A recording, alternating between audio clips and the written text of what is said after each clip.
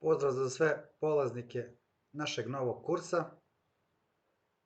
Pygame programiranje 2D grafike, dvodimenzionalne grafike, animacija, simulacija i igrica u Pythonu.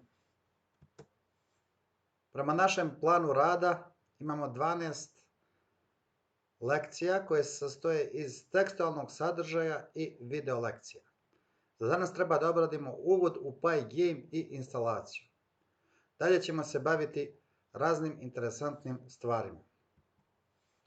Znači, dobrodošli još jednom i zavirimo zajedno u svet crtanja dvodimenzionalne grafike, svet pravljenja animacija, pravljenja simulacija, dizajniranja i programiranja video igara uz pomoć Pygame-a i programskog jezika Python. Ja sam predavač na ovom kursu, moje ime je Sead Gicić, radim kao nastavnik informatike i računarstva u osnovnoj školi Jovan Jovanović Zmaj u Novom Pazaru. Inače, nosim stručno zvanje diplomirani inženjer elektrotehnike i računarstva, a fakultet sam završio na Fakultetu tehničkih nauka u Novom Sadu. Radno iskustvo u školi je punih 14 godina, sada već ide i 15. godina. Inače, već duži niz godina vodim učenike na razna takmičenja u programiranju, pa imam dosta osvojenih mesta, znači 2 osvojena treća mesta na državnim takmičenjima iz programiranja, 4 osvojena prva mesta na okružnim takmičenjima iz programiranja i 11 prvih mesta na opštinskim takmičenjima iz programiranja. Također sam dobitnik plakete za doprinos i razvoj nauke za opštinu Novi Pazar za 2018. godinu. Moj e-mail je sejonp2708@gmail.com. Dakle, šta je to Pygame? Pygame je grafička biblioteka, to jest skup funkcija koje su specijalno napravljene za kreiranje dvodimenzionalnih igrica u Pythonu. Također se podržava rad sa grafikom, također se podržava rad sa zvukom, crtaju se dvodimenzionalne figure, prave se razne animacije i simulacije. Inače, biblioteka Pygame sadrži mnogobrojne funkcije koje programerima olakšavaju pisanje koda. Ovo desno što vidite je logo Pygame dodatka za Python. Znači, o biblioteci. Još od ranih 2000. godine se pojavila ova biblioteka. Sad sami autori kažu da možda i nije najbolja biblioteka za programiranje igara, ali je prednost što je veoma jednostavna za korištenje i za učenje programiranja kroz interesantan svet računarske grafike i računarskih igara. Šta je računarska animacija? Kao što vidimo ovdje desno, na ovoj pokretnoj slici, vidimo da se poznati lik iz crtanih filmova šilja, pomera levo-desno. Znači, računarska animacija je zapravo umetnost stvaranja pokretnih slika pomoću računara. Inače, računarska animacija spada zapravo u računarsku grafiku i to je zapravo jedna njena podoblast. Kao primjer animacije možemo navesti najavnu špicu drugog dnevnika na RTS-u.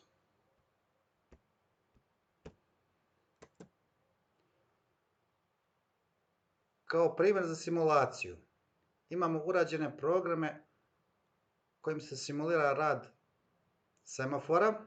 Znači, iz crvene se prelazi u žuto svetlo, iz žutog u zeleno i tako redom. A također kasnije ćemo pokazati i simulaciju peščanog sata, to jest prelazak iz gornje zone ove posude, prelazak peska u donji deo. Na našem Pygame kursu ćemo ući u svijet programiranja video igara, pa ovdje vidimo neke jako poznate video igrice, Fortnite, GTA ili Grand Theft Auto, Call of Duty. Inače, kroz igranje video igara korisnik mišem ili tastaturom upravlja nekim nacrtanim likom koji se prikazuje na ekranu i faktički time šeta kroz neki virtualni svijet, savlađuje neke prepreke, bori se protiv neprijatelja. Znači, programski jezik Python ima ogromne grafičke mogućnosti u sklopu svoje napredne biblioteke Pygame. Da li je neophodno znanje Pythona? Da, ali samo osnovni nivo. Na ovom kursu će se raditi kao da polaznik kursa ne zna Python, pa ćemo polaziti od nekih najosnovnijih Pythonovskih stvari da bismo objasnili ono što nama treba u Pygame. Inače ovdje se zadržim Pygame kao dodatak Pythona, skup funkcija, skup unapred urađenih programa koje nam služe za 2D grafiku, animacije i igrice. Instalacija. Da bi na našem računaru mogli programirati u Pygame-u, prethodno je potrebno instalirati Python. Znači, već moramo imati na računaru Python i tek onda krećemo u instalaciju Pygame. Hajmo da vidimo par slajdova vezanih za instalaciju Pythona na našem računaru. Znači, posjetimo sajt python.org, izaberemo odgovarajući Windows koji imamo na našem računaru. Tu se faktički opredeljujemo da li ćemo instalirati 32-bitnu ili 64-bitnu verziju Pythona u zavisnosti od toga koja je verzija Windowsa instalirana na našem računaru. Evo ovdje vidite da se instalira prema ovoj slici verzija Pythona 3.8.2, a sada smo već stigli da možemo da instaliramo i verziju 3.9.2, ako ne grešim, korenovu verziju Pythona. Kada se pokrene instalacija, veoma bitna stvar da dole čekiramo ovu opciju Add Python 3.8 ili neki novi 3.9 to 5. Znači da se Python doda u putanju i nakon toga kreće instalacija. Znači, znate, ovaj pravogaonik se polako popunjava.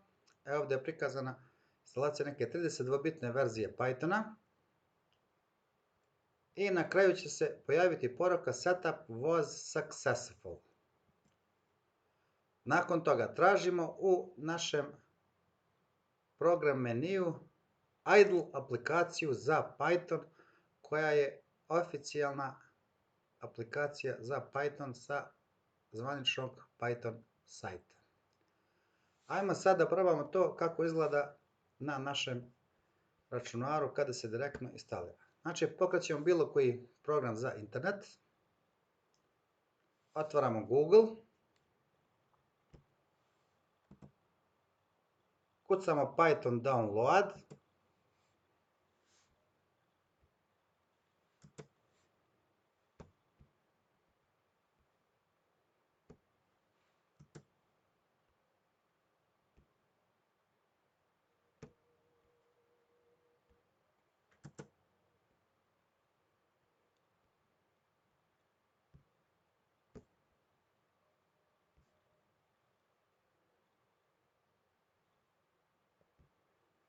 Ulazimo na prvi link na vrhu.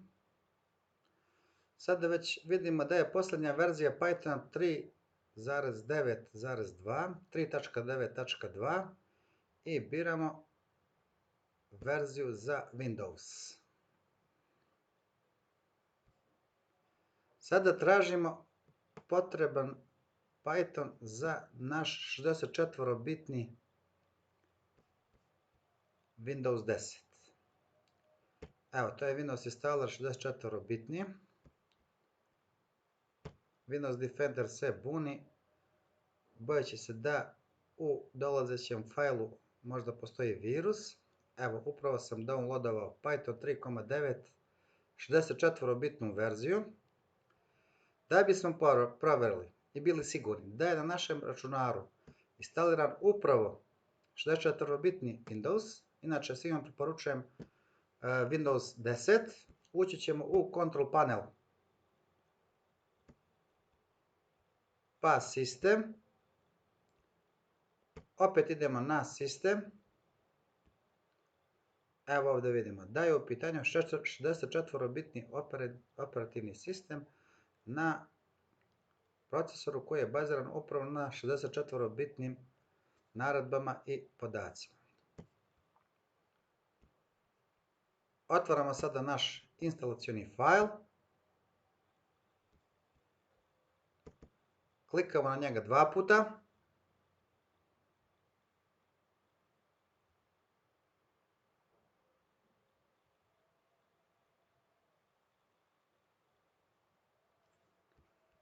Obavezno čekiramo opciju Add Python 3925 i idemo na Install Now.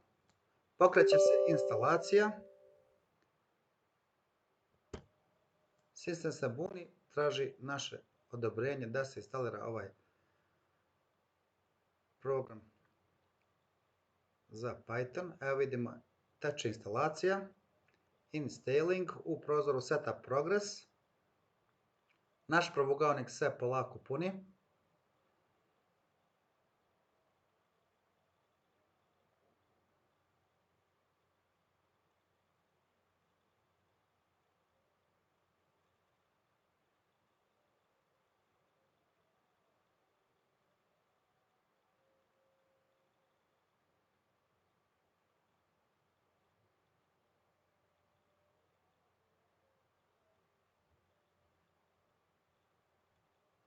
Evo vidimo da se polako bliži kraju.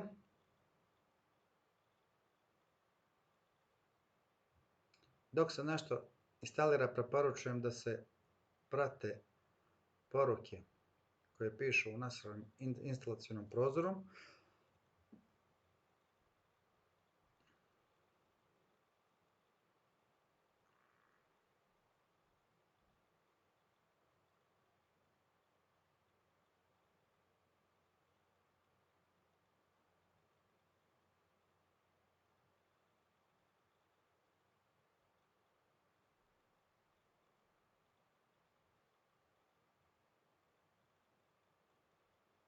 Vidite da ne ide to toliko brzo.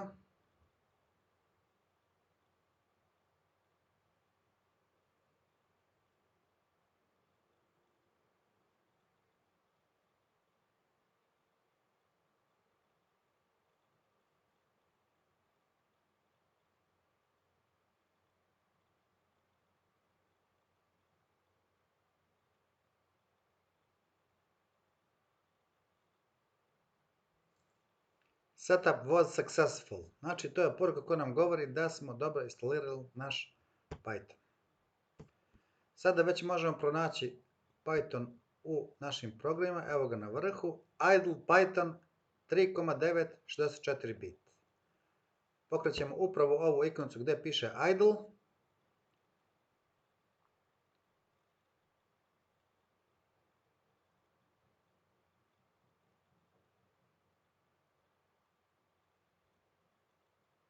Evo ga.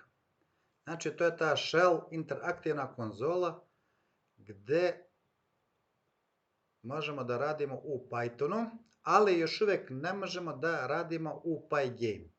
Zašto? Pa zato što nismo instalirali Pygame dodatak, to jest Pygame biblioteku za Python koja je neophodna za naš rad na ovom kursu. Vraćamo se na PowerPoint prezentaciju. Znači, instalacija Pygame-a se vrši kada u command promptu u posebnom Windowsovom programu, takozvanoj komandnoj liniji, otkucamo čarobnu naredbu pip3 install Pygame. Znači, moramo prvo da pokrenemo command prompt program koji se pokreće na više načina. Evo, ja sam ga već ovdje stavio u programe koje često koristim.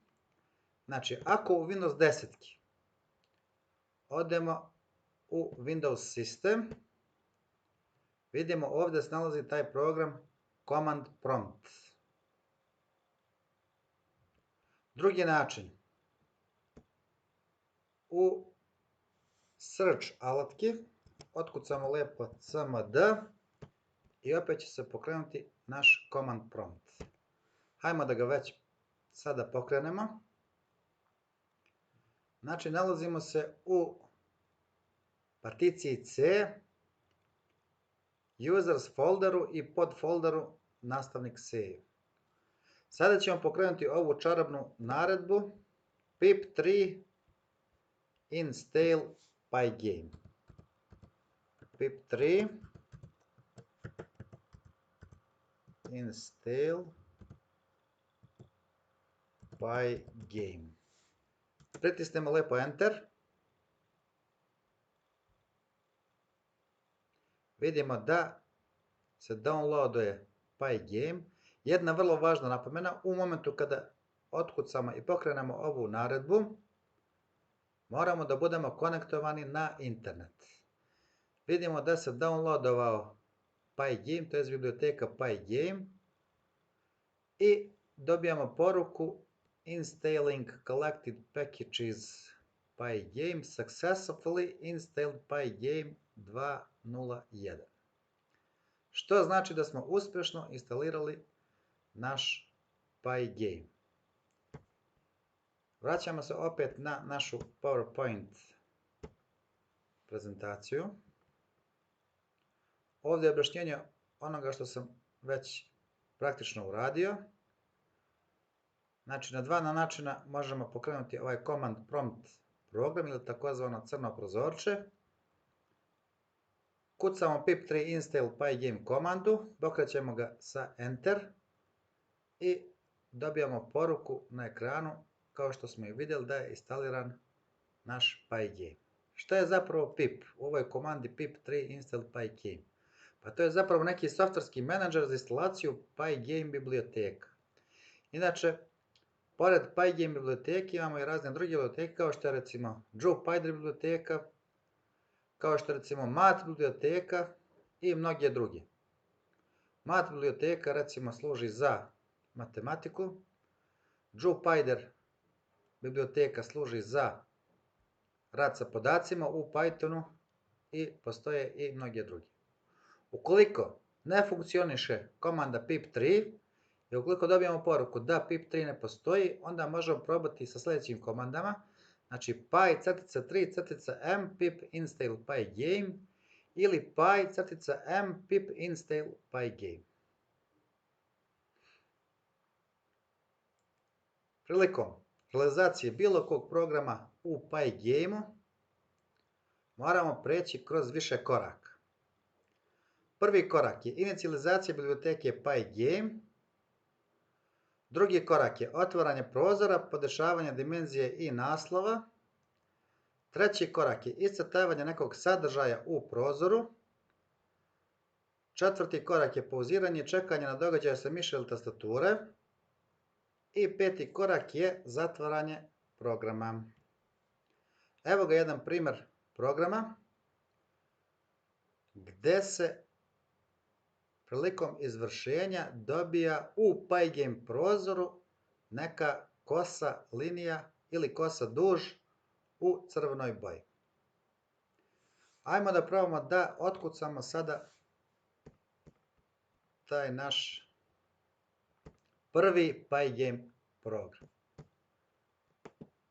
Ja ću sada snapovati u desno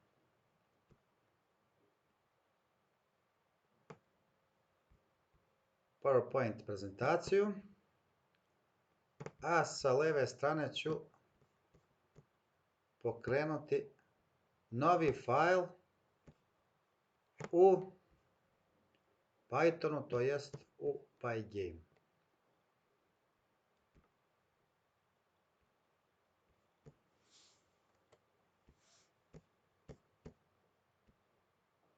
Znači, prva naredba, kao što stoji ovdje, ali ja ću se vratiti na ove korake. Prva naredba koja se kuca je u okviru ovog prvog koraka inicijalizacija biblioteke Pygame. Pa lijepo otkucamo import Pygame. Sa ovom komandom smo mi importovali Pygame biblioteku koju smo prethodno naravno instalirali u naš Python program. Ajmo da se vratimo ponovo na program.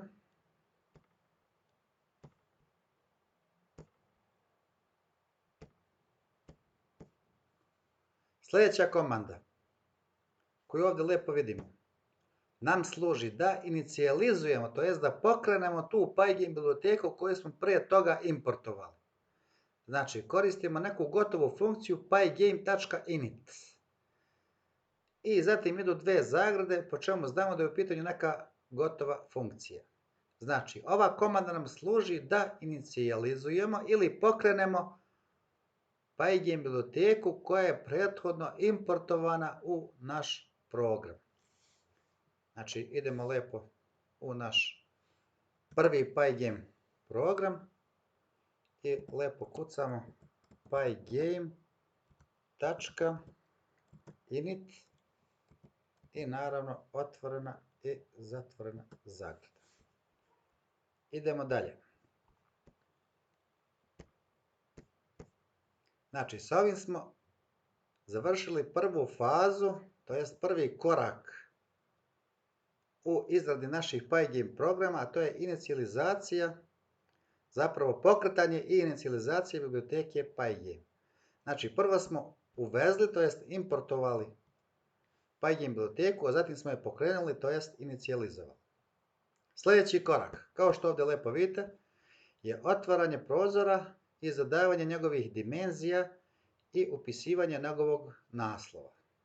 Znači, kao što vidite na ovom prozoru desno, ovaj prozor mora da bude nekih dimenzija, kao što je na primjer 500 x 500, što znači 500 piksela po širini, po x koordinati i 500 piksela po visini, to jest po y koordinati. Vidjet ćete da u Pygame sve funkcioniše prema Pygameovom koordinatnom sistemu koji podsjeća na Descartov pravougli koordinatni sistem, ali nije baš isti. Znači, moramo da otvorimo prozor, da mu zadamo dimenzije i da upišemo njegov naslov. Znači, to je već...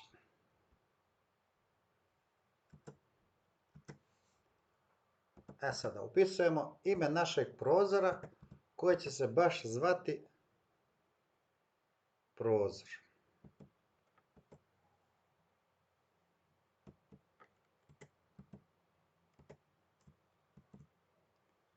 Prozor je jednako pygame.display.set donja crta mod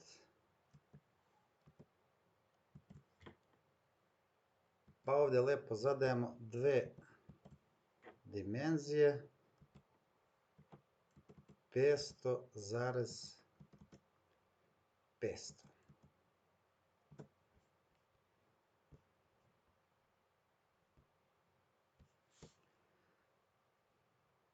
Znači, ovo 500 puta 500 predstavlja širinu i visinu našeg Pygame prozora. Sljedeća komanda pygame.display.set donja crta caption, pa u zagradi stoji upravo ono što će stajati u naslovnoj traci, to je title baru našeg Pygame prozora.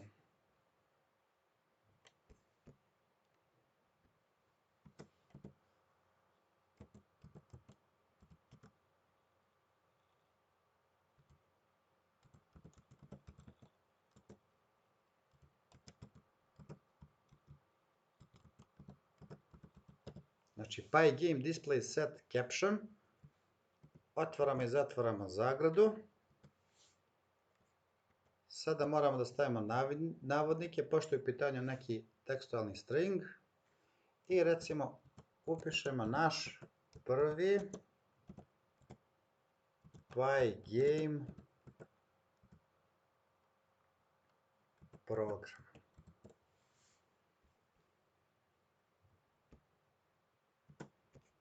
Vraćamo se ponovo u naš PowerPoint. Sa ovim smo završili drugi korak u izradi Pygame programa, a to je otvaranje prozora, dimenzija i naslova. Treći korak predstavlja iscrtavanje nekog sadržaja u prozoru. Mi na početku ovog trećeg koraka moramo da naš Pygame prozor ispunimo nekom bojom. U ovom slučaju korištena je bijela boja. To radimo pomoću komande prozor.fill, pygame.color white u zagradi i između navodnika i time se faktički ceo ovaj unutrašnji deo prozora obojili u beloj boji.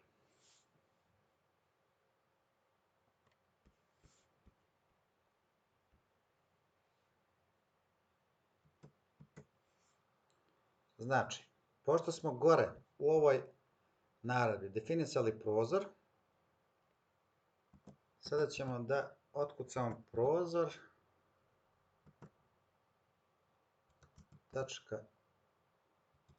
.fill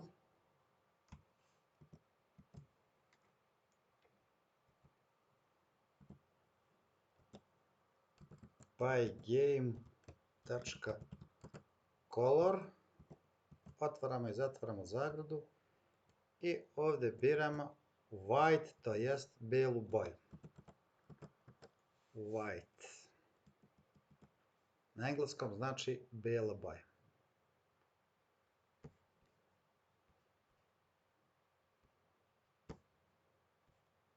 Sljedeće što treba da uradimo je da napravimo naredbu za crtanje duži, to jest crvene linije u našem pygame prozoru. To radimo pomoću komande pygame draw line i potom ispišemo ceo ovaj sadržaj u zagradama. Ajde, to ćemo sada da preskočimo, pa ćemo samo da ispišemo ovu naredbu pygame display update koja predstavlja funkciju za osvežavanje, to je za prikazivanje raznih sadržaja u pygame prozoru. Znači, pygame display update.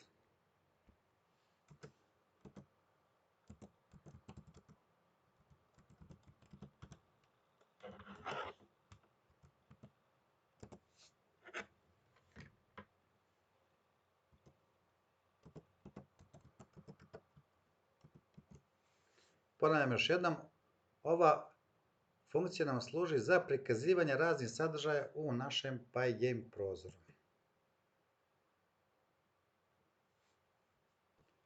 Vraćamo se ponovo na PowerPoint prezentaciju. Sljedeći korak je pauziranje u programu i čekanje nekih događaja sa miši ili tastature. O čemu se tu radi?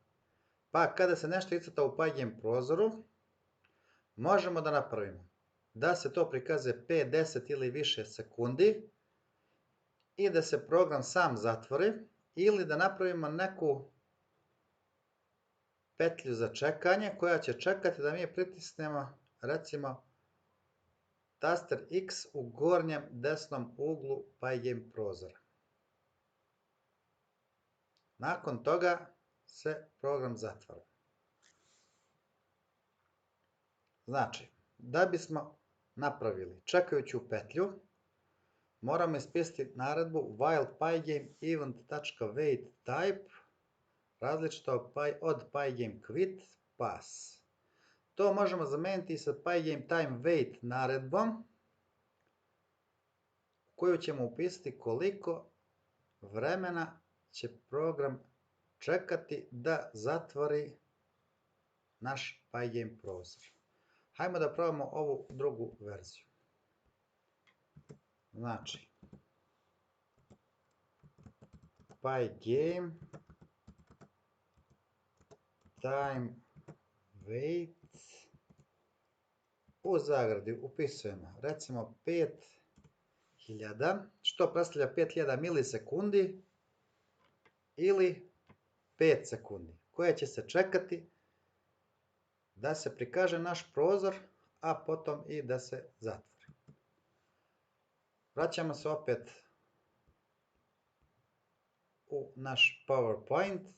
Naredba koja zatvara sve pygame programe je pygame.quit, što je zapravo neka funkcija koja nam služi za zatvaranje pygame programa.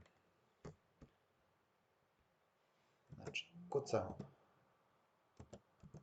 pygame .quit i pošto je u pitanju funkcija, dodajemo još otvorenu i zatvorenu zapletu. Već sada možemo da sačuvamo program, da ga izvršimo, to jest pokrenemo i da vidimo šta će nam prikazati na ekranu, to jest u Pygame prozoru. Idemo na komandu Save As.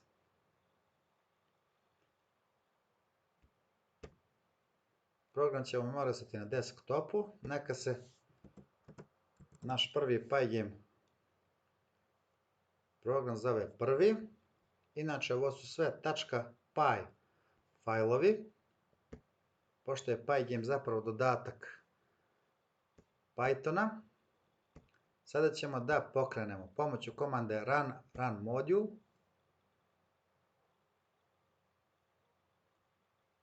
Naravno, prvo pokretanje ide malo sporije. Evo ga. Naš prvi Pygame program. Nakon 5 sekundi program se ugasio. Ajmo da promenimo umjesto 5 da stavimo 10.000 milisekundi.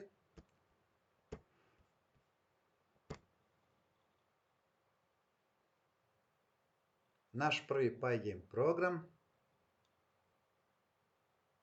čekat će 10 sekundi i nakon toga će se sam zatvoriti. Evo, upravo to se i desi. U primjeru koji je naveden u mojoj PowerPoint prezentaciji, ubačena je zapravo jedna wait petlja koja čeka da se pritisne X taster u gornjem desnom uglu Pygame prozora. Ja sam to sada zamijenio sa Pygame time wait naredbom, gdje se nakon određenog vremena Pygame prozor sam zatvara. Hajmo samo da rezimiramo naredbe koje smo koristili u ovom programu. Ovu naredbu za crtanje linije, to jest duži, u Pygame prozoru ću namjerno preskočiti jer se to obrađuje u posebnoj lekciji, to jest u posebnom terminu našeg Pygame kursa. Znači, prva naredba koju smo koristili, import Pygame. Uvozi, to jest importuje biblioteku Pygame u naš program. Još jednom da ponovimo, šta je biblioteka? Pa to je skup funkcija vezanih upravo za neku primjenu u Pythonu. Pygame je biblioteka koja služi isključivo za crtanje, pravljenje animacije i igrica, a postoje druge biblioteke. Pa još jednom da ponovim, biblioteka je samo skup funkcija koje faktički sve služe istoj namjeni. Druga komanda koju smo koristili je pygame.init. Inicijalizacija, to je pokretanje te Pygame biblioteke koju smo morali pre toga naravno da importujemo, to jest uvezemo u naš Pygame program. Sljedeća komanda koja je korištena. Znači, u neki objekat, možemo ga nazvati i promenljiva, prozor, smo postavili dimenzije recimo 200 puta 200 ili kao što je bilo u ovom primjeru 500 puta 500. Znači, mi smo zapravo s ovom naredbom podesili dimenzije prozora koje će se pojaviti na ekranu. Pygame.displaySetMode 200 puta 200, 500 puta 500, 600 puta 800 ili koliko god nama odgovara.